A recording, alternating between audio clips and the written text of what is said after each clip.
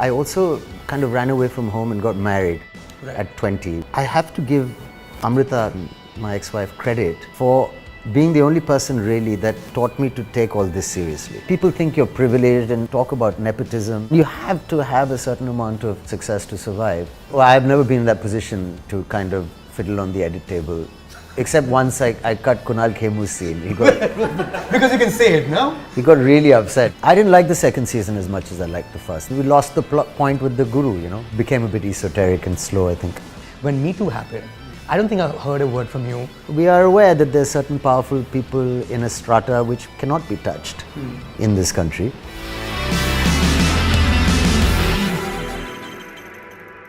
Hello and welcome to Sit with Hitlist, our award-winning, absolutely unscripted podcast cum print series. This is a show that we do out of the Midday office in Bandra East. This is the first time we moved out of that studio because when the Nawab summons, you show up. I thought you were going to say this is an award-winning actor from I was like, thank you. This is an award-winning show. I was like, sorry, okay, fair enough. Okay, which is really almost I was going to say gali in today's political climate, isn't it? No, well, no. I mean, here's the thing, no, though. But sweet, I know you didn't mean it. With that epithet, which is totally, it goes in line with the family you belong to. What I think a lot of people tend to forget is, while you're Nawab and all those things, in terms of lineage, you're actually an extremely self-made person. Yeah, thank you. Yeah. All right, we can carry on. Yes. Yeah, but narratives suits, I've learned this. You can't argue against them, whether they're true or not. You can go blue. People have a certain fixed notion. Right. Because that's the part of your life that I really want to talk about, because it's seldom spoken of, in the sense that you were a 20-year-old kid who showed up in Bombay, living on your own. I don't think you took money from your parents. No. You're absolutely self-made in that sense. Yeah, I mean, even for that matter, Patodi, I mean, when my father died, it was rented to the Nimrana group of hotels. Okay. So Aman and Francis used to run that. Yes. Francis passed away now, poor fellow. So he said, if you ever want it back, let me know. And I said, I want it back. So they had a conference and said, okay, you have to give us lots of money, which I then consequently earned and kind of. So even the house I'm supposedly inherited has been earned back through money from films. And I mean, you can't live on the past. Right. At least we can't in our family. I mean, because there was nothing. There's some history and culture and some beautiful photographs, and of course some land. And it's been a privileged upbringing. But there's been no inheritance coming from there. There's no inheritance coming from there. Never been. So when you moved to Bombay, Saif, you were not from the city. You actually lived in a house that you rented? Is that how it worked? Well, I was born here and I was familiar with Bombay. Then we lived in Bhopal and Patodi and Delhi. Where did you grow up in Bombay? Carmichael Road? In Carmichael Road, yeah. Because my mother, I think, was keen and being married to my father, they're different worlds, so it wasn't a very film-centric kind of upbringing. And South Bombay anyway. And South Bombay, whatever, in Cathedral and Bombay Gym. That's because also my father's world and that influence, which I think she was quite happy to be a part of, away from, the constant pressure of being in a film environment. Right. So a little break in life. Right. So I think one has inherited that. So you then, of course, were in Delhi, and then that's where you moved to Bombay from. Would that be correct to say after you finished? Well, my father, was living with my mother in her flat in Rashmi, and he had just finished kind of playing cricket when I was 4 or 5 was his last test series. So my mother says, was bunking his responsibilities as they were in Bhopal, Patodi, because his mother was looking after things, and she got a bit old. We moved to Delhi to kind of live with her. Right. With your grandma? With my grandmother in, a nice big old house in Delhi where which she had been given for her lifetime in return for land and property and all those kind of deals that these old families had made with the Indian government. Right. 71. 71, right. Exactly. So that's why we moved to Delhi. And it was great living in Delhi. We had a lot of fun. I think that was the generation of these designers like Rohit Bal, Rohit Khosla, Ashish Soni, and these people were among the first people I'd come across who were doing something off the beaten track in terms of art and culture, which might have somewhere planted a seed of, why not go and act in films or try and do that, because the whole force was to be a You started with an ad anyway, right? Yeah, my father sent me to an ad agency to get a job. And he thought it would be character forming because I was partying a lot. Okay. And not doing much. Where were you partying in Delhi? At Ghungru, with everyone. It was fantastic. I had a great time. And he said, this is not working for me. So he used to send me in a bus to some Sundar Nagar in Delhi. And we were working for this agency. And I think one of the jobs we had was making religious calendars for the Birlas. So the only creative thing was, should we put Lord Vishnu in October or let's put him in November. So I kind of lost interest with that quite soon. But. And then Gwalior happened? Is that what the story is? Gwalior shootings, my father again had a thing. My parents were shooting this ad together and he said, I think they'd asked him, is your son interested? So he had this plan. He said, at 7 o'clock this evening, I want you first have a bath, comb your hair, and just stick your head into the living room and come and say hello to me at 7. That was his whole plan, which I did.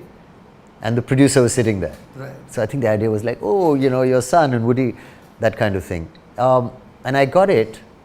But honestly, I think the way my upbringing was, or the kind of life I had, or the lack of some kind of genuine confidence or something, I wasn't a very good cinematic figure, in terms of either to shoot in photographs. I think I was very effeminate and very kind of coy and shy and kind of unsure, which is, precisely the worst qualities you could have for a leading man as an actor in Bombay. But not bad for a kind of a, Western academic schoolboy. Sure. That there was a different culture altogether.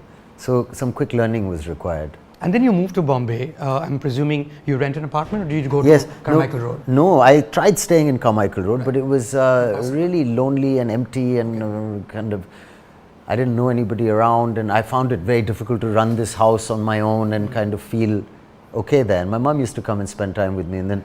So where did you first move? We rented a place in Lokhandwala called Red Rose, one building, a small flat, and we had cane furniture, and the producer's daughter very kindly did up the place for me until one night when I came back from dinner, let's say, with friends, and I couldn't open the bedroom door because she had locked it, and she had gone to sleep on the bed. I think she had a plan. And I was peeping, there was a big gap between the door and the carpet. So I was peeping under there, I could see her, and she was a large lady, so it was like a whale on my bed. And I thought, I'm not going in there. So we went out again. Why would she do that? She wanted you out. Huh? She wanted you out or she wanted you in? She was my interior designer. Right. She was doing the furniture. Right. And she locked the bedroom door and she went to sleep, thinking I'll have to knock. And I don't know what the plan was. Maybe, I don't know what it was. She should have left it open at least, I would have thought. I don't know. Anyway. So that's when you begin your career pretty much by yourself. And it's, from whatever I've read, it's a disastrous start. It's a disastrous start. So is there a person who brought you here?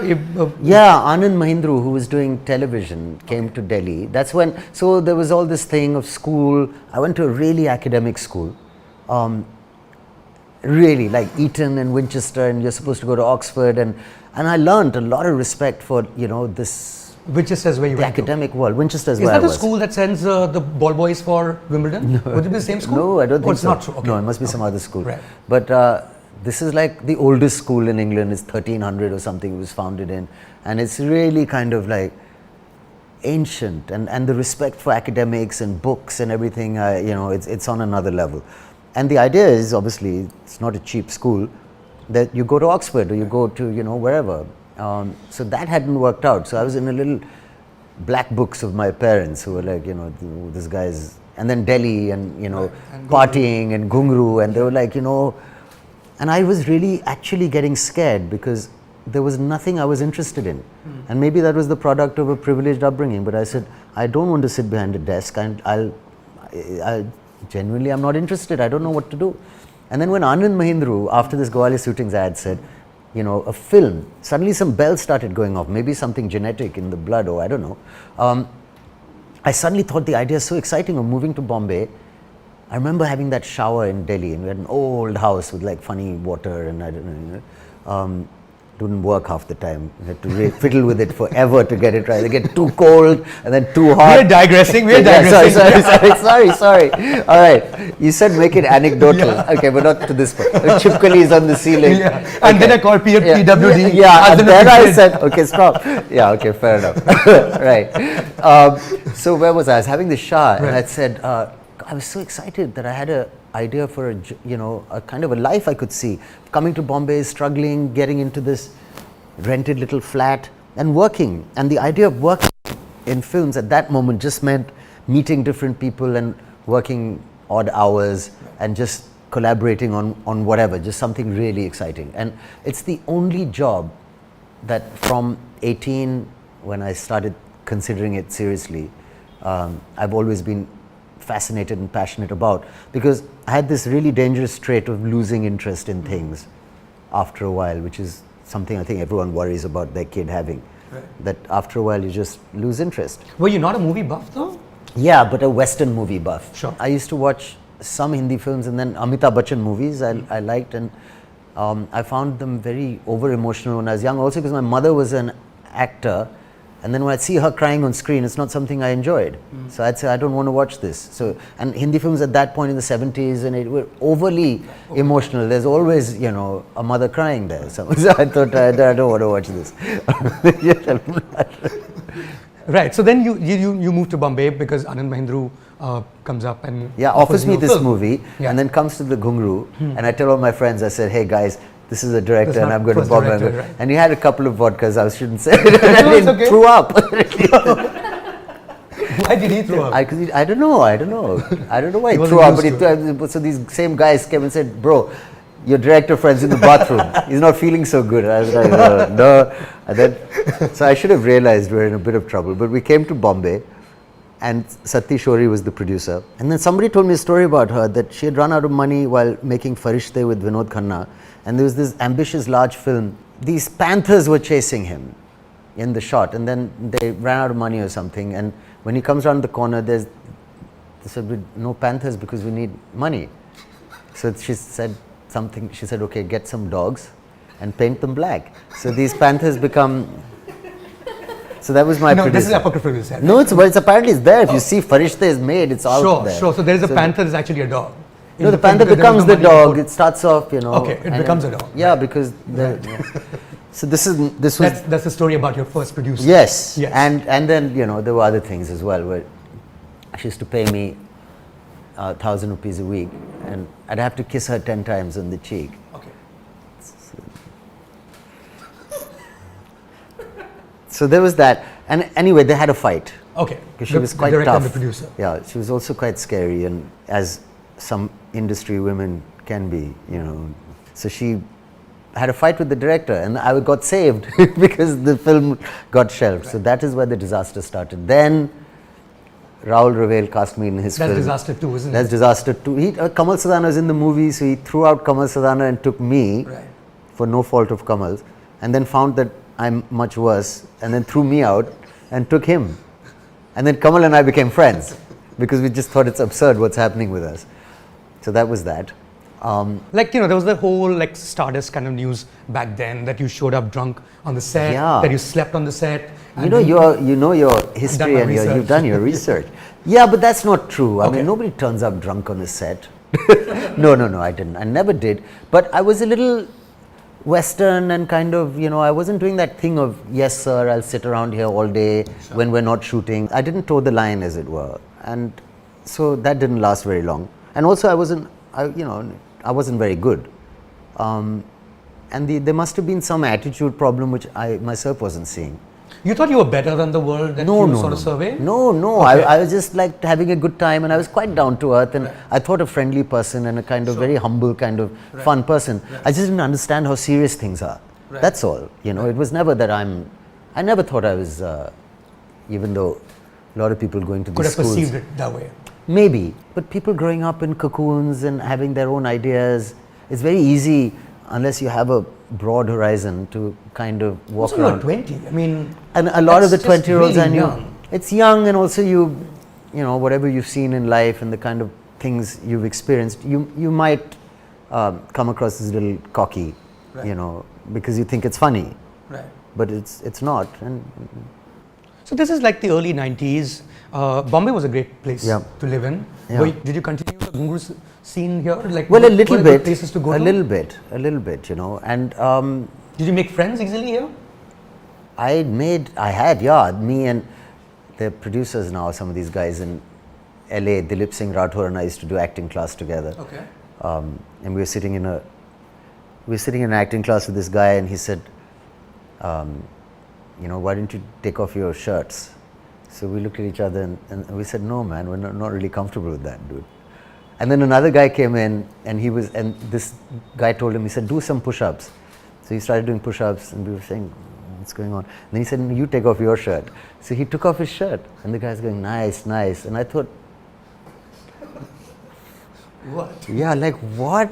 So with all the things that have been happening recently, it's really good because this crap's been going on forever. But luckily we were like, no. Right.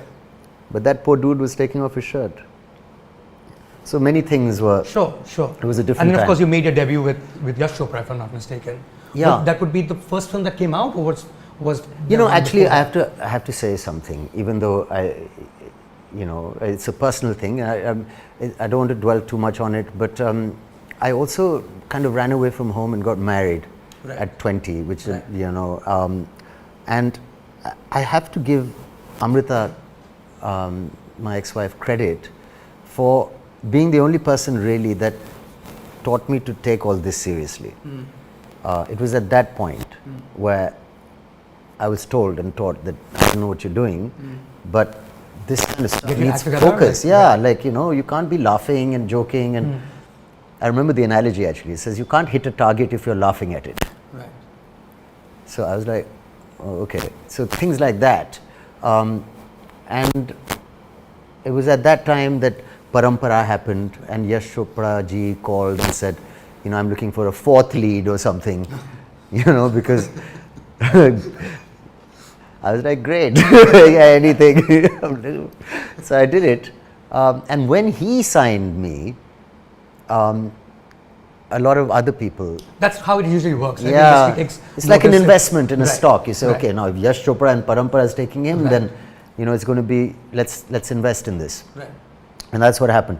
But the basic journey of taking things seriously started there, and then it was a question of kind of mentally burning bridges and saying this is it. You know, there's just nothing else, and that's somehow the only way to kind of make it in movies is not to be open to any kind of distraction or the possibility that let's try this, let's do something else. No, it was like this has to work because there's nothing else. That kind of focus is what I felt was required. Sure. And what was taught to me, and I kind of inculcated. But you know, like there is an interview I saw of yours. You know, there's a lot of stuff on the internet that I think people should really look up. Like, you know, there's videos. You know, back in the day, they used to shoot videos with movie stars. They'd come on the set and stuff like that. And there are quite a few of them of yours from back then. Have you? Can you send me some? I'll send you. Oh, I'll send you. man. It's all there in my folder now. So you know, I see you, and I see you from that, and I see you. They're two different people. I think so. Like genuinely two different people. And you've said this in the past in your previous interviews too, that you don't. I don't think remember. It's not the same Like you person. genuinely don't remember. There was another person. I can't. I sometimes find myself doing the same stuff, and I'm like, oh, maybe I haven't changed. Right. But I really feel slowly, and cliched things like reading and learning and being open and being really focused because of that disdain and irresponsible attitude I had to all the culture I was given when I was a kid. That academic environment of Winchester College is, I mean, it's like haloed ground, you know, somehow. Like, it's like I can't explain the respect for academics there, and also what it makes out of your mind to be humble, down to earth, don't show off, understated, quiet, all those things suddenly came flooding back later when because you're trying to pretend, you're trying to fit in, you're trying to like, give galis and drink Bacardi and be one of the boys in the 90s, Right. But now, when you say, okay, do I want to really be known like that all along, or can I be comfortable to express? Of course, it's an age thing also, but it's an exposure thing, and it's all the things that your dad and mom told you, which is there somewhere, but you're like, yeah, whatever, and suddenly it comes back, and before you know it, you do change, and you're just seeing things differently. And I've read about people like that also, and their characters also that I've read in plays where you're a bit rebellious earlier, and then you kind of embrace everything that you were rebelling against. Right. I mean, but as a person, and I'm sure everyone's told you this, and I'm talking about films, not your later interviews, but there is a duality in the sense that there is who you are does not relate to what you do for a living. And that seemed to be a lot of your 90s works. Yes. Would that be correct to say? Yeah, for sure. Because who I was, you have to fit into a certain mold in the 90s, There wasn't that much room for experimentation or bringing I remember Amir Khan, who's always been the kind of, at least for me, the flag bearer of some sort of discipline and modernity and efficiency in the industry, behind the scenes as much as on. Said, okay, I'm going to do 5 films a year. 5 films a year. Right. And the logic was you can't do more than 5. So, and this is the time when people are doing 15 films. Right. Shakti Kapoor said he's insecure if he doesn't have 17 films on the floors. At the same time. Yeah.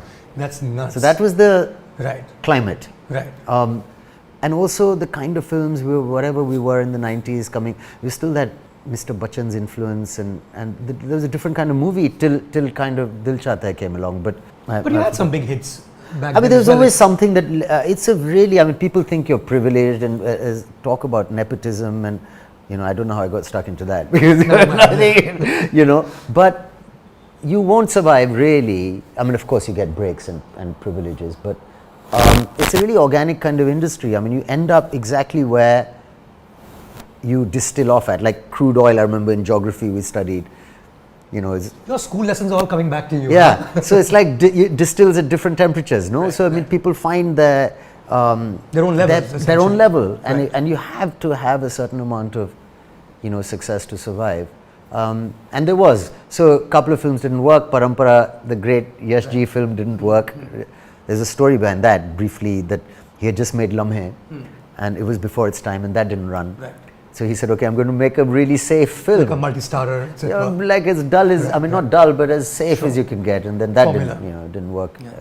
He directed it for somebody else, though. It wasn't his own company. So Parampara didn't work. Right. And then, I worked in this Pehchan, couple of other movies. And then Ye Dil Lagi, which was a smaller film. Right. It was a third film. Right. And like Amir, who did Parampara, was offered Dar, and I was like the 4th lead, so I was offered Ye Dil Lagi, which Akshay Kumar was also in. Yeah. So, and the music was great, and my role was really fun, and I kind of scored something there. But did it ever occur to you that you're not the ole ole guy? You're not this person in terms of how you've been raised, in terms of how you think, or you could just like demarcate a set from home? Of course. This is what you do. No. In fact, the merge is happening now, which should happen, which is a sign of some civilization. Right. Whereas earlier, it was totally a very different thing. In fact, it was cool not to talk about your work at home.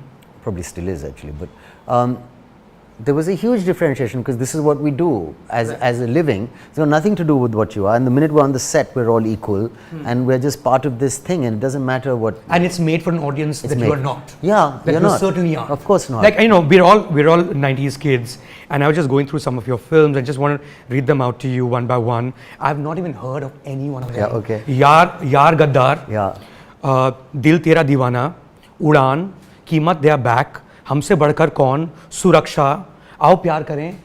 Do you even remember them yourself? Every single one. All of them? Yeah, I remember. But did you sleepwalk through these parts? Not sleepwalk, but I don't think and that's entirely my fault.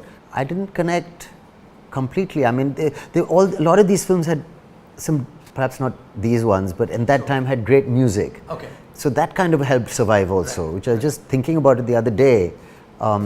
So the music helped. So it was more the music industry than a movie industry. Kind of, it was both. And then they started becoming producers, but audio was really strong. You could be an audio hero. And I think I kind of was. Like I was okay I was quite presentable doing a lot of songs and I had very good music. So I think that helped a lot. But that business of understanding how to act has been very recent. Yes, of like, okay, that this is what, apart from, I mean, earlier, you know, and a big star also said, I mean, what is acting? I mean, you just have to say your lines in a sincere fashion, which is how it kind of was for the longest time. What? And mind the furniture, right? I mean, say your lines and mind the furniture. Right. Yeah. But that's changed so much. But that's only recently that I've kind of been reading about it and applying what I've read and been given the opportunity to kind of. I mean, everyone says this, and I'm sure you'll agree that Dil Chahta Hai was your turning point in terms of the style of acting, the kind of cinema, the way it's written, and also behind the scenes, and the kind of clothes we were wearing, and the kind of haircuts we had. The fact that you had a haircut, like, was a big deal, right? And with gel, and all that, which people said, you know, that's really dangerous. You're going to look like a, you know, some dude from Bandra. You're not looking like a, you know, hero. Like the audience. Yeah, you're not looking like what you should look like. Was that a big deal? Because I remember seeing a behind the scenes video of Dil Chahta Hai, where you guys are getting a haircut, and everyone's really scared because a movie star is known by the haircut. I mean, this is a Sanjay Dutt haircut, this is a Shah Rukh Khan haircut, I'm presuming this is a Saif Ali Khan haircut. Yes. The fact that you're getting a haircut is a very big deal in 2001. But also, what happened was, I remember talking to somebody about this. Arbaz Khan actually said, you know, you should get, I just had a hit film and had really long hair, Ye Dil Lagi. He said, what you should do is get a haircut. And I thought, what, that's like, that doesn't make any sense. And of course, I mean, it was good advice, but also is very superstitious culture at that point, or we probably still are, where people said, if something is working, don't change anything, you know, don't change anything. Not even the role. Not even the movie. Just keep doing it. But was that a turning point for you in a personal sort of way, in the way you thought about movies?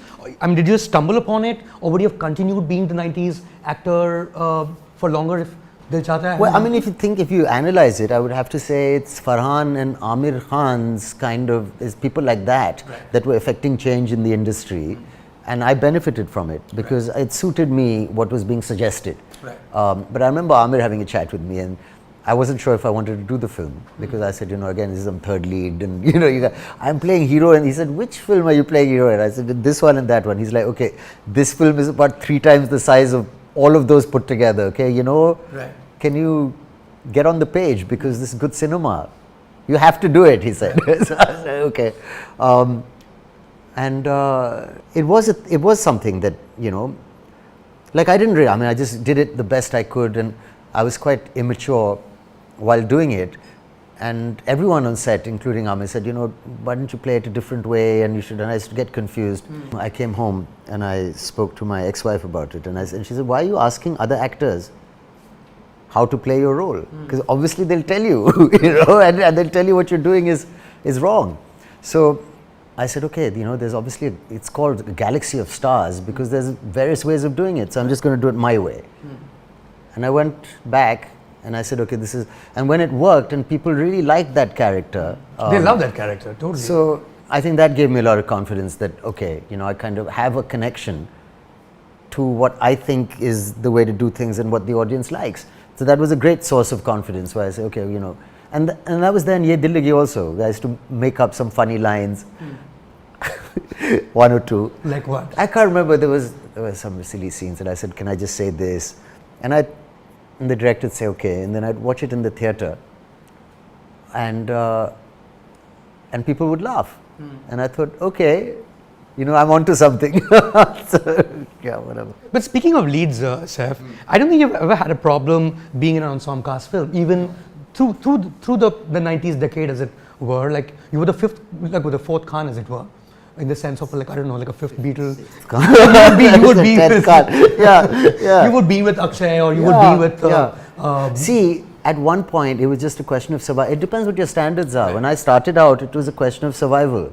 You know, and just being accepted, and just getting a job. Right. It wasn't like, oh, I want to rule the universe, or I want to be the, you know. So did Dil Chahta Hai and subscription. And also, it's your cinematic upbringing, you know. It's like what you've been exposed to in life. Like everything is upbringing or exposure. But for me, you know, I grew up watching a lot of these World War II kind of ensemble movies, and I'd say, okay, Dirty Dozen and all these things, and like the various heroes doing little bits. So when LOC happened, or when something happened, or a two-hero film, like I used to think of Bud Spencer and Terence Hill and these kind of. So in my head, there's nothing wrong with doing. It's just that the genre is different. Yeah, it's just that is Main Khiladi or Kache Dhage. Yes, but the idea of a buddy movie was also what India was liking. So it kind of.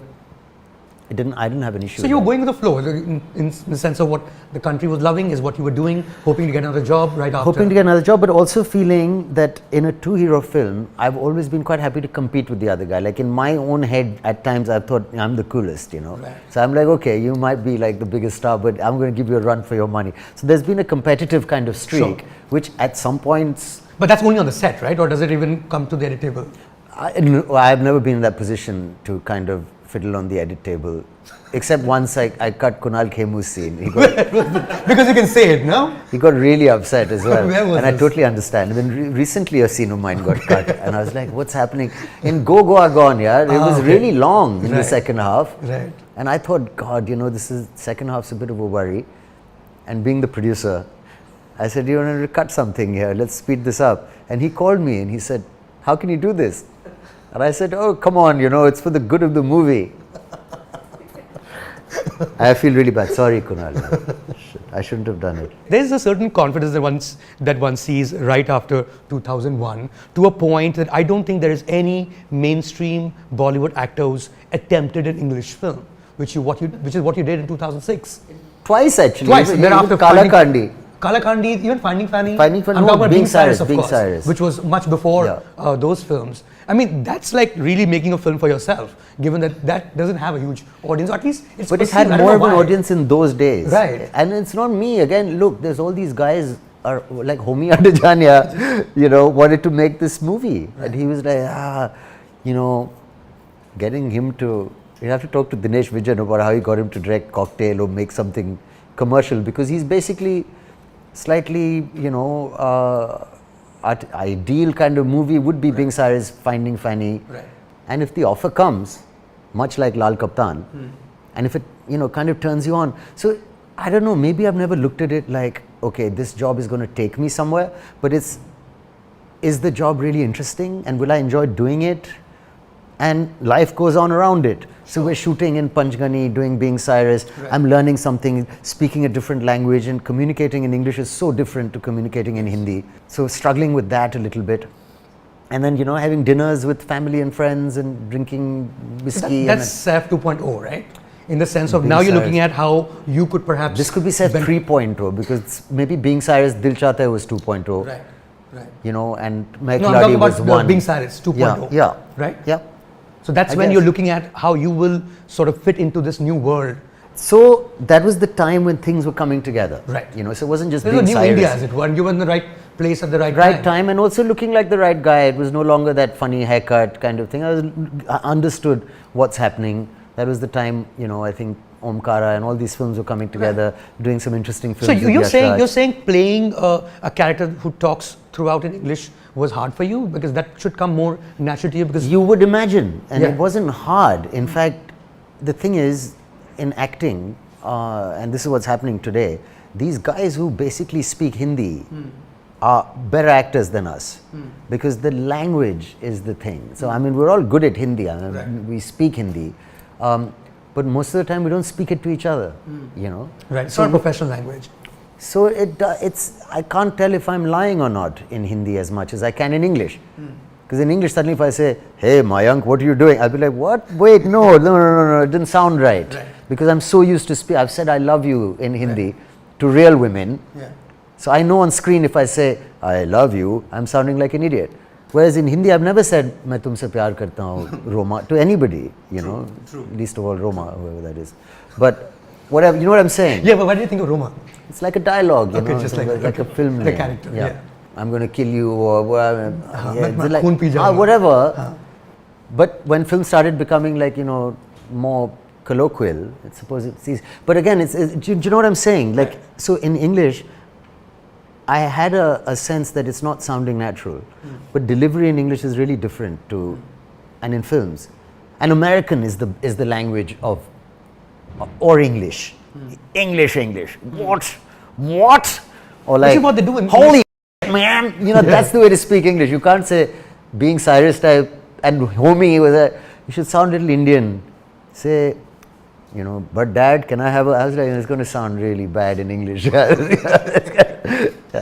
But then when you do, like, you know, I once spoke to Vishal Bharadwaj, like back in the day, I think he just made Umkara, or it'd been like a year or two since Umkara, and he was talking about being at your home, and I think your kid was hanging around, and you guys were having a conversation, and suddenly you turned around and said, like, you just use that in a real home conversation with your child there. Yeah. And that's when he felt like you've got it, like getting Langda Tyagi in terms of that, the dialect. But it is that. I mean, also every script, is quotable to, if you know it backwards, you can apply one line to any aspect of your life. That's really step one in acting, is learning the lines. I mean, everyone says, yeah, sure, obviously, but I mean really learning them and knowing them, and then you can start doing things like how to say them. But first learn them. Comfort is the thing, like practice and repetition. Was it hard for you? Was it hard for you to get the dialect right? Kind of, but also, despite perception and projection, I'm not actually English, you know. Sure. So I've grown up in Haryana and Patodi. Correct, Patodi would be. Yeah, so I've heard it all my life. Right. Oh, yeah, Tile se baya mor lo. I was like, Tila kya? Peed se mor lo. I was like, what's a peed? Was initially what was happening. But I've always heard it. So I can relate and practice and learning it. But I've always been quite good with dialect and speech. With weird accents and kind of in England I could do Scottish and Irish, you know, it's not South African, and in India, you know, Haryanvi, Punjabi, little bit, you can, with a bit of practice, you can mimic get as it. well? No, I'm terrible mimic. I'm not observant enough, I think. Right. So now we'll get to Saif 3.0, right? Which is when you turn producer. Yeah. And you turn producer with Love Aajkal. Yeah. And if I'm not mistaken, correct me if I am, that the script that was offered to you was Rockstar. Yes, that's right. You were going to do Rockstar, you chose Love Aajkal over that. Yeah. Why would you do that? Rockstar is an amazing film. I mean, you could have done both. No, not to say that. I don't know. He wanted to do Rockstar with me, Imtiaz. But I just, out of the stories that we'd heard, and I'd just seen Jab We Met, and it was Kareena who kind of switched me on to Imtiaz. And when we were talking about what kind of thing, what are the ideas, so it just sounded a little more commercial, Love Aajkal. Right. And actually not the way he wanted to make it, because he had quite a grim ending in mind and a little dark. In Love Aajkal. Right. Which we had to plead with him. And finally, when we were actually on set in London, he said, all right, I've changed my mind, we can have a happy ending. So, you know. Thank God, you saved me money. Kind of, or, you know, help the film. Right. Because I don't think it would have, in my humble opinion, worked like that. If you've seen Love Aajkal, the ending he had in mind was, this guy's such a flake who's living in, America and working in America. By the time he comes home to see her and he realizes he can't live without her, he comes to see her and he sees she's like 8 months pregnant. So he's like, oh damn, and he goes away again. Right. I mean, it made sense. It would be subverting the genre in that sense. Yeah. You don't always get the girl. No. But by which time you'd already become the rom-com leading man. I mean, you've done... I remember Ajit Chopra telling me that he said, you know, I've got Shah Rukh Khan as like king of the box office, but there's this thing called the multiplex that's coming up, and I'm trying to get a handle on that. So I think you could be that multiplex hero because you're a little, you know, different. So cast correctly, I think you should hit that kind of genre. So he started doing like Hum Tum and Salam Namaste. Urban multiplex hero. Yeah, which then outgrew the single screen. Absolutely. Right now, it's far more multiplex than single screen anyway. But Saif, I mean, if we look at those films, Hum Tum included, Salam Namaste, of course, and it's very hard. I mean, most people don't realize how tough it is to pull off a film like that, because you need an inherent charm to do a role of and you were applying yourself completely. Like you were being, it seemed like there was a certain character you'd molded yourself on. There was a goofiness to it. There was like an endearing quality to it. I always felt it seemed very Hugh Grant. Yeah, I mean, I've heard Karan Johar say that as well, but I don't know where it came from. But I remember, at least Hum Tum, that this is a really difficult film to do because it's just two people talking, you know. It's kind of like modeled, not copied, but modeled on When Harry Met Sally. I mean, first of all, you have to write sparkling lines, and secondly, and Rani Mukherjee made it so much easier by being brilliant. But there were many times when I said to Kunal, who is directing it, Kunal Kapoor, that maybe you shouldn't cut this, you know, because it's her and me talking, and it's this really tricky scene where I'm saying, oh, how would this marriage proposal be? And she said, okay, you know, let's play the game. And I'll pretend and you pretend, and then it gets real, or kind of thing. So I said, don't cut it, just have it, because it's so conversational. So things like that would happen. And it was hard work to kind of make it so natural that you just feel you're listening to people talking normally, but finding something that's holding your attention there. But you know, there was this whole 90s genre again, Hollywood genre, and that people miss, that romantic comedy does not exist in the same way. Of course, in Hollywood, everything is Marvel anyway. My wife just told me that genre has changed into Badhai Ho genre. I don't know if that's true. She's saying it's gone, that genre.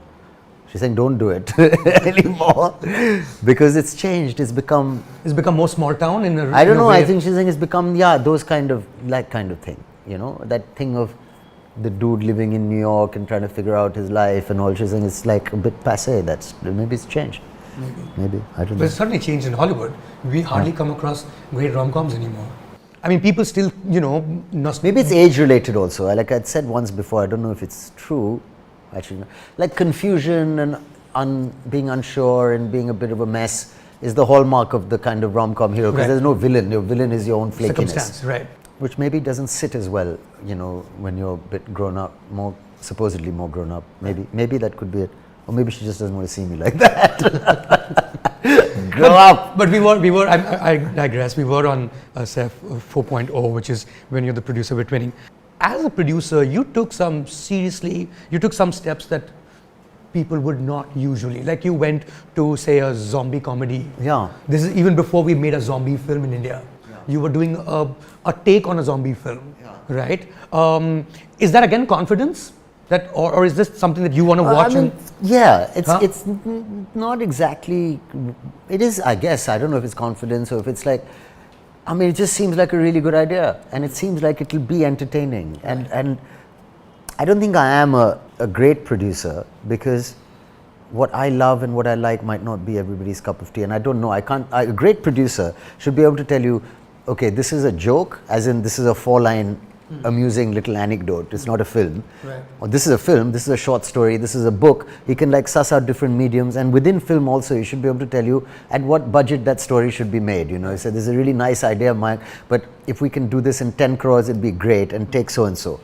Or, you know, dude, what you've got is like a 100 crore movie. Right. Let's spend 100. Let's take the top star of the country, because this is huge, man. Right. So that ability, I don't think I have. To read a script and to be able to see that on where the it belongs. Right. No. Not to read the script and see it on screen. That we all do. Sure. But to read the script and to realize how to bracket it. Yes, and how much money to make it, and who should make it, and who should act in it. Right. So that. And is that something you learned along the way? I'm saying I can't do it. Okay. You know, is that something you learned about yourself along the way? Well, yeah, but I've always been like that. I mean, my taste is not, you know, the kind of films I would really like to do. Once in a while there'll be, and this is what we can, there is a Venn diagram overlap of what I like and what everyone would like. So like Bhoot Police, which I think is a horror comedy, which is actually really, really funny. At least I think it's really, really funny. I hope does that. So sometimes, you know, when Lal Kaptan is offered to you, you say, because of actually, you know, you talk about freedom. I'm not even free to say no. I have to say yes because of the kind of cinematic upbringing I've got. Because I've revered Clint Eastwood in the dollar films. Of course, this is not a copy of that, but it is a Western, and a Western is basically this kind of lone swordsman, very like, you know, Yojimbo kind of, but made with the colors and the kind of Indian setting of what William Dalrymple calls the anarchy, you know, that whole time when things are shifting, really dangerous kind of desert, it's wilder than the Wild West. So it's like you can't say no to it. So in that sense, there are certain subjects that I'd really want to do.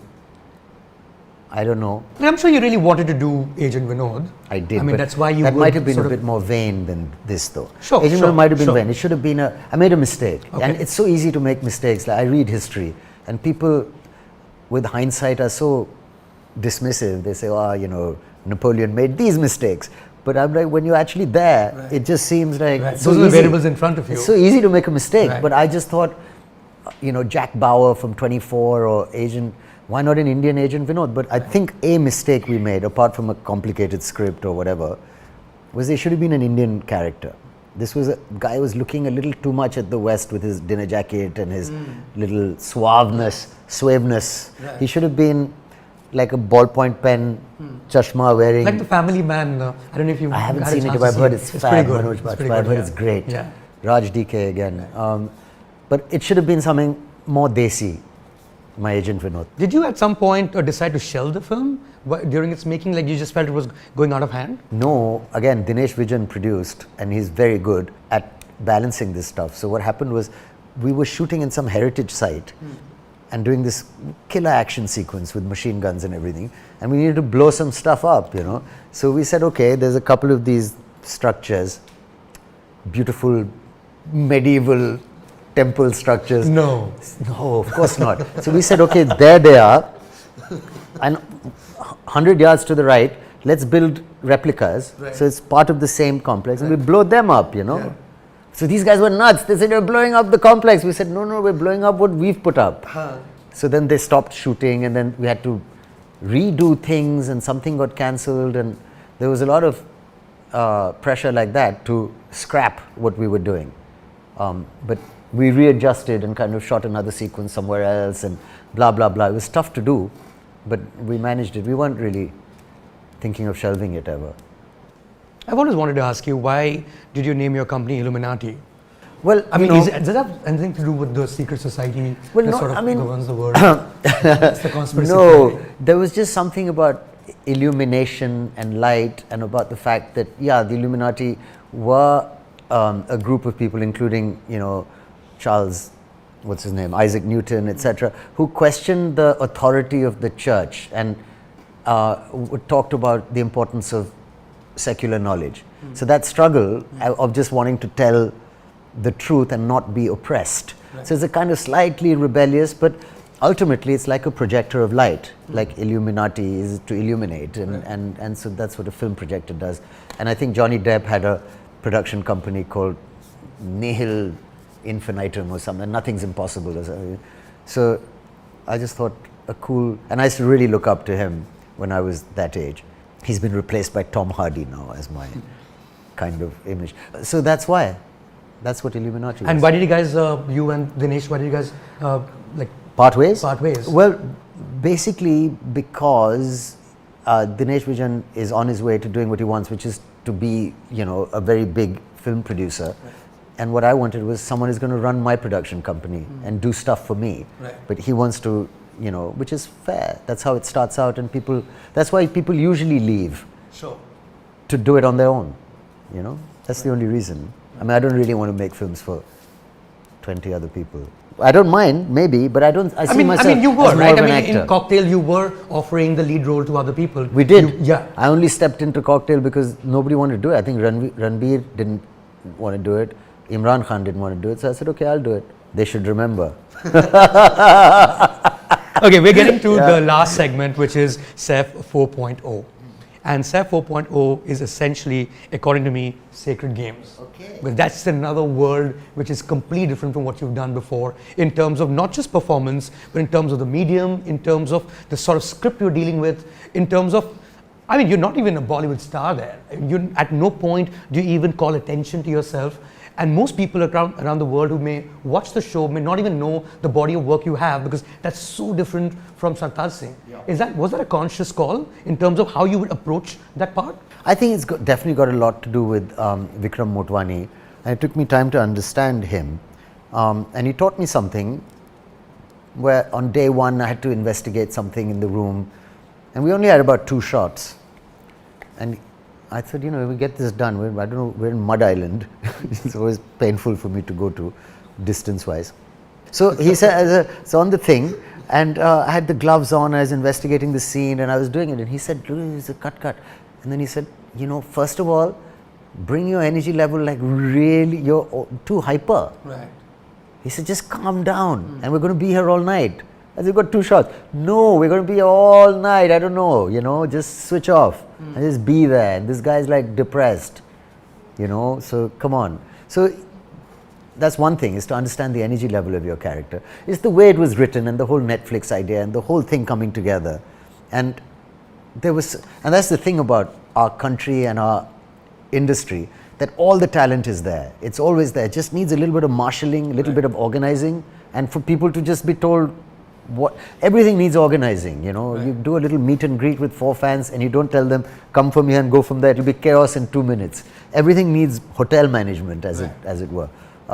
So we had that. We had like really good technicians, Swapnil shooting, the way it was written, and we're trying to do something international. So in terms of performance, what you're saying is you needed to internalize that a lot more than you were used to before. It was a different kind of communication than anything I'd done before, and it was that feeling of trusting the camera and don't show what you're feeling, just feel it and it will pick it up. So it was very different to anything, and it was also reading a bit more about the art and kind of really applying something a little different to what we've done. It was the first show, first piece of film I'd ever worked in, with that little bit of terror, the way they shoot it, and it kind of pulls you in slowly, and then you're like, oh, hang on, this is the first thing paced. The way Vikram paced it made it really kind of watchable, so it's the first thing I'd done like that. 25 or 27 years now that you've been in films, and I've been watching a few interviews of yours lately where you always mention how you started reading up on acting in a way that you'd never done before, which is really odd because, for God's sake, so is there a lot of unlearning that you're doing, and especially for people who might be watching this who are aspiring actors, is there anything that you've read that you've learned a lot from? That you could recommend? Yes, but before that, just a bit of background, saying that, the way we were brought up in movies, I don't know about Dilip Kumar Saab and Amitabh Bachchan, but after that, the 60s, 70s, I don't know, 50s, there was a bit of a slump, and also a creative slump, there's a renaissance 80s now. onwards, yes. Our kind of time, or before that, where the attitude was like, the cool guys would be like, don't talk about acting and don't talk about work, and who learns lines, and that was the vibe. That that's all. Just show up and be cool. Or I don't know. It was like how we used to laugh at nerdy people in school. If you try and like Amir and all, were like, people used to wonder why he's taking this whole thing so seriously. There was not an artistic vibe to the profession. It was more a हो जाएगा, पहुंच जाएंगे, हो जाएगा. Yeah, and kind of like maybe there was a glamorous vibe or a kind of starry vibe, but it certainly wasn't about prepping for your work or getting into that aspect of enjoying it, which has changed recently with all this stuff. So there's books. I can't remember the names of them, but there's a great book called Acting for the Camera and How to Be a Good Actor, I was going to say. But really, these things and of course you can get too technical and you need to basically just do it. And there's also the 10-step acting technique by this lady called Ivana Chubuk. So there are books where you can really practice this stuff. You get some real insights on how to break a scene down into beats and how basically each line has to be said in a particular way. And the way you say it depends on your personality in the film. And so, someone who's a certain guy will order people, will attack people. So Hunter and Lal Kaptan will growl, will menace, will threaten, will, attack, or will kind of be like a wild animal. So those adjectives. And then when you have the line, you have to break it into how you're going to say those things. So breaking down the script into beats and actions. And actions only happen because you want something. What do you want to identify that? Or, I want you to really like me, so I charm you. And I'm like, well, that's a really nice haircut. Oh, I don't know, Not really. Yeah. No, it is. Never mind. Right. So that kind of stuff has started happening, which I applied in a film like Bazaar, or I'm applying in the kind of work I'm doing now. And that must be, I think I've always been a late learner, so maybe if I'd applied it in the 90s, I would be in a different place, but I don't know, it just feels that this is the time. This is the time when you were the first Bollywood star to greenlight, well, not greenlight, but certainly star in a web series. Yeah. And now, would it be correct to say that you'd said no to Homeland? No. Okay. Somebody asked me to read for it, and I did. The director called me and said, come down to, LA or New Zealand or something where they're reading something more. And I also could have pursued it a little more aggressively, but I was kind of busy and committed here. Right. So if I'd got it easy, I would have done it, but she liked what I'd read. And I remember Sarah helping me, and a lot of people got very excited. But they took what you call a network actor who's they're used to, the Asian chap, I can't remember his name. But I mean, an offer had come through for a part. It wasn't a great part. Okay. It wasn't like, that main lead's an Etonian. He went to Eton. Can't have a Winchester boy doing. So would Sacred Games be the first time that, say, your friends from school would have actually watched your work? Yes. Would it be the first time? Good point. Yes. And that's the only thing they talk about, like the English guys. And then they say things, because they're quite academic, they say things like, it's really interesting that a Muslim guy plays a Sardar in kind of like this kind of world, and that's really a good contribution. It's called India, you know. I'm like, that's the country, dude. Exactly. You know? True. Yeah. True. Questions from the audience? So you spoke about the pacing of the show, Sacred Games, which was one of the biggest questions the audience had with the second season. You know, the pacing was questioned. What do you make of it? Because, you know, they felt it was pretty slow, and, you know, there were a lot of... I didn't like the second season as much as I liked the first. The first season was some of the newest and most interesting thing I'd ever seen on TV from any country. Especially Kubra and her character, Cuckoo, and frontal nudity, where, you know, all that kind of stuff. And the way sex was treated, and the way, well, actually mainly the way sex was treated between those two was something phenomenal, and a love story, and the way she played that's what set that show into a kind of league of its own for me. But I was wondering why it's called Sacred Games. And then of course the sacred angle came in later, which didn't hit it off with, at least, I mean, I have some assistants working for me who have been around in movies for 30, 40 years, you know. And these guys, quite grassrooted, they said, we loved the first season, we lost the point with the guru, you know. And I think that's a common, and also the treatment of the climax with the, you know, the open ending didn't go down totally well. I liked the ending, but a lot of people ask me what happened, and, you know, why did you do that at the end? But I think the treatment of the guru with Gaitonde, they wanted, I think, a mafia show with a, you know, disturbed cop angle, that kind of thing. It became a bit esoteric and slow, I think. If it was a pure print interview, would have stopped at, I did not like Sacred Games too. Yeah. You know? Second bar, yeah. But I didn't. I was watching it, we were in London, in England. It was my birthday, and we had rented a country cottage, and there were 5 of us there. And this, I have a really good friend of mine who's a book publisher, and he's South American, and he loves I mean, he speaks a bit of Hindi as well. He loves different cultures. So we opened a bottle of champagne, we got Netflix on, and we had a glass each, and we That was a premiere. Yeah, and that was the premiere. Just the other people were outside in the garden. I didn't even tell Karina this is what's happening. And we sat to watch it. And after a while I said, okay, look, I'll watch this on my own later, you know, and that didn't happen with season 1.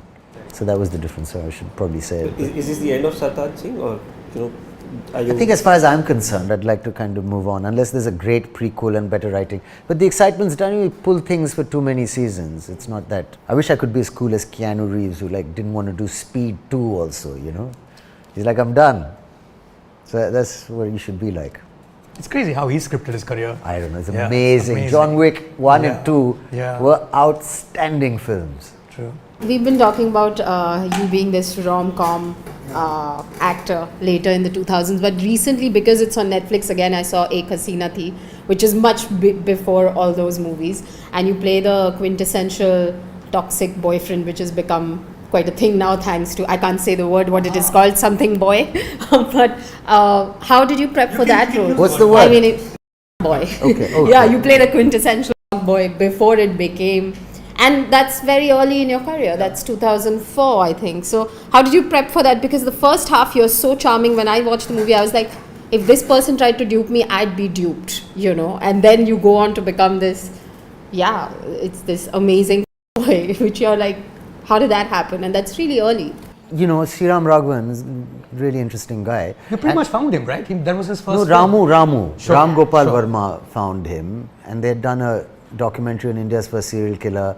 But again, I guess having a slightly open mind, I kind of found that exciting. And also people have a tendency to slot you, you know. So I was doing a lot of rom-com stuff, And if you're not very good at something, or if people aren't sure, they say you should do comedy, as though it's That's easy. easier to take you serious, you know. But I know what they mean, that it's tough to be taken seriously, you know. Like to deliver a line, tell 5 people I'm going to kill you and get it. If you can't pull it off, then okay, why don't you try comedy? Or why don't you do the villain's role? As though these things don't require acting. So I was just happy to get a chance to play something a little cooler, you know, and darker and interesting in terms of cinema. There's this great scene he wrote where the girl and boy are sitting together. And I think this is why I did it, the film, because the character, Ramu said, is the kind of guy who says things and then waits to see the effect it has on you. So he had written it where we say, okay, we both have to lie to each other. So she says something, asks him a question like, do you love me? And he says no, which means yes. And you know, so they, can I stay here tonight? And she says yes. And he's like, but the game ended. We said 5 questions. This is question number 6. And she gets embarrassed and goes to the kitchen, and he follows her, and then they make out. So I thought that's where I would like to be as an actor, you know, making out in the kitchen with Urmila. With Urmila. But you know what I mean? I mean, it was just dark and cool, and it was that, I guess I'd liked Alain Delon movies with this kind of doomed, you know, bad boy who's kind of like on the wrong side of the mafia and the law. There's that, you know, Sean Penn did it in U-Turn, and that kind of role. Doesn't care about what he leaves in the wake. In his wake, of whatever. In the wake of his thing, Alain Delon being the French actor, in case we're getting too satiric here. My mom's favorite, I mean, one of the best looking guys in the world. They took him to Hollywood to become the next James Dean, and he said, I just cannot be bothered to learn English. Only the French do that. He said, I can't, it's too difficult, and he came back. Fantastic. Were you happy with the second half of Ek Hasina Thi though? Like, no. It went a little berserk. It did go berserk. It did go berserk. Sriram and I have gone berserk a couple of times. We start off fine and then go berserk, and then he, you know, does Andhadhun. And that's when he doesn't call you. Yeah, right? exactly. Thanks, bro. So there was that. It did go berserk, and they don't know how to end it. So what Sriram does, and I don't mean to sell him out, is he paints himself into a corner and then tries to write himself out of it, which is great, but might not always work, because you're like, it's really interesting. Now, how are you going to get out of that, right? And then sometimes it's a bit of a disappointment how you get out, because it has to be worked out carefully. But at that time, the good stuff about it outweighed. The first half was killer. Yeah, absolutely killer. Said, you've often gravitated towards morally corrupt characters, say being Cyrus or Omkara or even Ek Hasina Thi, like she pointed out. So do you think as an artist that gives you more room to play those characters? No, I don't know. I think I'm just interested in those situations more than I am in like the glory of, you know, the godlike kind of kindness of the super white hat wearing hero, the Ram character, you know. It's also, perhaps it just doesn't suit my energy. You know, there's some people's faces, I mean, like Hrithik Roshan, for example, really suits like a Ram-like character, you know. Even though I'm sure he's done various things, but suits purity and kind of that kind of thing. What did you play in Hum Saath Saath Hain? What character was that was kind of, there's a Krishna. That was you, Krishna. Yeah, it was a Krishna. It was a little naughty version. Salman was the Ram character. So not something that I found it exhausting. I found Hum Saath Saath Hain possibly, apart from Lal Kaptan, one of the most tiring things, to be so happy and positive all the time. I mean, nearly killed me. It really did. I'm just not like that at all. So I said, oh God. And Surajji used to say constantly, he'd say, do it your way, but smile. But you work with some crazy directors in the sense of their own idiosyncrasies, right? Yeah. I mean, it's like, say, how different is it to work with Abbas Mastan from Suraj Barjatya? Well, Abbas Mastan, it took me a while to figure out who's doing the talking, because Mastan Bhai and I got along, because the first thing he shot with me, I remember when he said, camera aise aayega aur paise ka close up leke na phir hero pe aane ka aisa. So I thought, paisa ka close up and all this is going to be fab, this movie. And Abbas Bhai kept saying kamal hai to everything. You know, everything. Kaise kamal hai. And then Bipasha came to set. He said, Bipasha, dress kamal hai, kamal dress. And I realized this is all he's going to say. You know, so that's all I got from him. But Hussain Bhai was an editor. He's the third brother who's like unsung as much. One of the best editors in the industry. He contributed probably the most to films like Race and stuff, where he'd say things like, don't look at him, just say the line and just grab him and bring him back, but don't look, whatever. They'd start shooting at about 10 in the morning, easy peasy. About 5, 6 in the evening, they say, I think we're done. And I'd be like, I love you guys. This is just the easiest shoot because ever. They hate shooting at nights, apparently. Yeah. They just won't. They said, can't do it. Right. And then Akshay Khanna told me, he said, you're behaving like a star with them. I said, what do you mean? I'm not behaving like a star. He said, no, you're not hugging them enough. So I said, what do you mean, yeah? So he said, you go and see them and hang out and give them more love, I'm telling you. So I said, okay. And I went tooling off to their room in the hotel Hilton in South Africa. And I saw this thing where there was this white sheet on the floor of the hotel room. And they were sitting on it and they had their whiskey and their peanuts. And they were all sitting there and they said, come and join us. So I sat there for a bit and then I said, and we had a chat and they said, listen, you don't have to sit with us, you don't have to hug us, you don't have to do anything, just turn up and do your bit. We don't expect anything from you. And that was a great relief.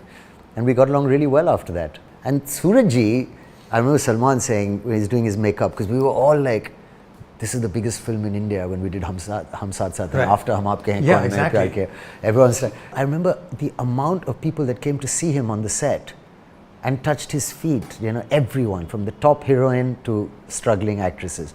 They all trooped in, Surajji, and with their most charming and I thought, man, I want to be like, just to say hi, just to say hi and any chance of the next movie, sure. and hello, Hum Aapke Hain, right? and all hitting it like in the most charming way. Right. I remember Rekha ji coming to see him, oh, wow. like how senior, so that's like power. And then distributors throwing themselves at their feet on the set, saying, when's your film coming? My theaters, we're running out of money. It's like a drought out there. We're waiting for something. Please, guys. They were like the princes of the film industry in that sense. I remember Salman saying, Suraj, you think you're going to give a hat trick this time? It's quite rare. And I thought, God, who talks to him like that? I mean, and all of us were like revering him. And here this comment came, I remember. But that way you've seen like series, you could do It was like, the difference between them, one was like Hindu, family, Amar Chitra Katha meets social, like the ultimate in family bonding culture, and it's like an epic happening. It's like a version of the Ramayana. the whole family itself. Right. And what they're shooting. Right. And that atmosphere. And the other one is, brother sleeping with sister, and I don't know what's happening. Some kind of incestuous, pervy, which is actually great for our country that, both films can be hits. Right. So it's not actually as judgmental as people make out, right? I think you have to offset one with the other. Sure. They're different sides of a coin, right? Abbas Mastan and the Rajris. I can't imagine Suraj Barjatia and the brothers sitting on the floor with booze and chakna in the center. No, right? No, but definitely around a table, Yeah. or Would they get a drink, though? eating together. I don't think there's any drinking Impossible. there. No, impossible. I guess you're playing a politician for the first time in Tanda, if I'm not wrong. Can you just tell us a little bit about it? Well, I mean, it's an Amazon show and it's Ali Abbas and it's got some massive scale to it and it's set in your Delhi. new series? Yeah, new series. So it's on politics and it's like, I don't want to use American examples, but it's kind of House of Cardsy, in that sense. But and Indian politics is quite a tradition. I mean, it's like we have our own stories to tell about that kind of thing. So it's quite relatable and it's really exciting. And as you could imagine, it's quite Chanakya-like in the guise of a, young, well, not necessarily young, but like a youth leader threatening to become prime minister and like from a privileged kind of background, dynastic political family who's a Machiavellian kind of dude is my role. But then there's all these various factions of, Dalit politics and UP cops and like the whole nexus and mix between how the whole thing runs, which is, quite a story. Saif, you've never shied away from giving an opinion on something that you had directly asked a question on. What I found slightly surprising was when MeToo happened, I don't think I heard a word from you on that subject. No, but there were so many words. There were? Yeah. I'll tell you why I'm asking this question because I never shied your away. The head of your own management company was accused in MeToo as well. Yeah. Did you say anything on that subject back then, or was that something that you thought No, I said something like a lot of things that, I've never ever, all the kind of things one might have done is manipulate. I mean, it's disgusting to manipulate women or to make the workplace hostile or any of these things, and whatever's happening is really good in the way that people should. I mean, I said all these things many times, that in full support of the women, and there's two sides to it. I don't think there's any smoke without fire, but sometimes they have to come forward, and we have to support these women to actually say, because there's a fear, that if a guy's career can also be destroyed without any proof, without any kind of. So there's two things. I mean, initially everybody is reacting saying, whoever says anything, just take the guy out and chuck him out or destroy him, and that does make the environment safe, and it improves everyone. And one thing that's happened is people will think 10 times before behaving like that again. I think there's already a change has happened, but an anonymous accusation and people saying things is also a dangerous situation, because you've got to be a little sure before you destroy somebody in some way. And also, unfortunately or fortunately, whether it's a sign of our culture, we take down one or two juicy targets, which nobody really minds taking down. Well, the big boys nobody touches. Right. So I don't know how civilized that is also. I don't think these are the only people. Right. And you've probably seen a lot. I don't know, but if they're doing it, I'm sure it goes all the way pretty high up, whether it's in politics or whether it's in movies or wherever it is. We are aware that there's certain powerful people in a strata which cannot be touched in this country. And so making an example out of one or two, I mean, if it makes the environment safer, it's great. But we should be aware of all these things. Saif Ali Khan, thank you so much for doing this. This was great fun. Thank you.